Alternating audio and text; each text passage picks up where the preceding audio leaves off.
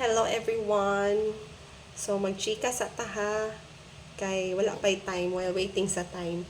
So gipangutan ako sa usa sa kong friend diri sa Facebook if how does it feel nga i-betray ka sa imong friend? Like kaning story nako ba no nga ang mistress is my friend. Um Honestly speaking sakit siya. Pero wala na ko siya gi-condemn. Dili ko ganahan nga i-condemn ang mga mistresses. Pag first sakit siya, pero as the day goes by, na-accept na ako ang tanan, and then, kailang manggod ko kay sa babae, tarong manggod na siya, tarong gud kay sa tanan na siya kong amiga, walang ko'y amiga siguro nga di tarong, no? So, tarong dyan na siya, niya, here comes lang, iyahang husband is also a cheater, o niya, ning revenge siya sa iyang husband, ang akong husband, ex-husband, ang iyahang nakitaan. Pero, let us not condemn the mistresses, no? Kay, bisag inana na sila, tawra magod gihapon na sila. Nahigugma lang siguro, they're also human. Nahigugma lang siguro sila, and then, pagka-feel nila og gugma, sasayop lang nga tao. That's why, mahimo, dili lang po nato sila kanang libakon, kay wala dili man po na nila kagustuhan nga mahimo silang kabit. Okay? So wala ko ning laban nila ha. Kay gumika nakasabot ko it's because mistress ako no. Wala ko nakatry nga nahimo kong mistress kay wala sa jud koy laing lakis kinabuhi jud gana ra gyud akong ex. Unya wala sa ko kasuway nga nagkabit-kabit ko while he's far away. No? Kanang while nagsananakay siya, wala sad ko nang lucky sad. Kasuway. Way nakahikap sa akong kamot, promise.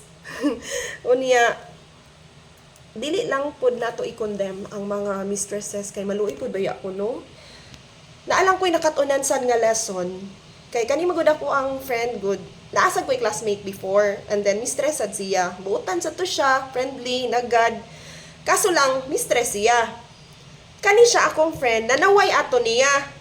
Pero wata kahibaw no nga maabot ta sa point nga sa atong pagpanaway anang tawhana nga isa siya kakabit pero niabot gid ang time nato di ay nga mamahimo sa tang kabit. So dili gid ay maayo nga mo judge ta kay wa pa ta kahibaw sa unahan. Like ako moingon ko ninyo na wala koy kanang kasuway ana what if kanang maabot sa akong kanang kuan ba maabot sa akong time nga ako say mahimong mistress. Pero I know dili sa na mahitabo kay nagsige jud ko pray sa Ginoo nga ipalayo ko nang mga inana Lord oy nga handmaids baya ako nganong tagaan man ko sa Ginoo minyo nganong di man ko niya tagag single pinangga bi ako sa Ginoo di ba so ana ra na siya basta magpadayon lang jud tas pag-serve sa Ginoo tagaan jud ta niya pinakanindot unya kanang moto friend I hope nga natubag na ko imong pangutanan no nga how does it feel nga ang mistress sa imong husband is also your friend.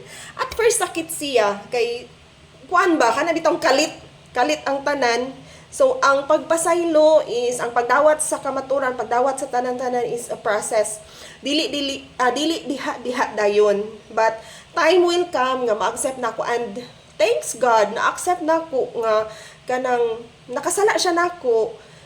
Pero nakadawat ra ko mo nang ako na lang ni give up kay dili man sa ko ganahan nga kanang magpabiling siyang I don't know, dili ko kahibaw unsa una ko pag-solve ning among problema basta ako malipayon ko nga wala akong banan ako wala nam sagud ko nahigugma siguro mao na nga dali na ako nadawat ang tanan kay wala naman jud koy amor pa sa iyahang wala na ko dili na ako ganahan gani makakita sa akong ex kay kanang murag stranger na gyud mi ba so the feeling was gone so ingon na siya.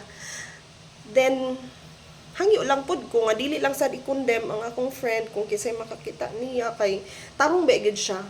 Na timing lang gyud nga nahigugma siya if gugma man gani nang iyaha sa sayop nga tao, sa sayop nga lalaki kay committed man ang lalaki. Mao nang magpaanol ko kay di ko gusto nga kung kinsa may iyang madayon is imo lang yang kabit-kabit ni at the same time ako pod na freedom.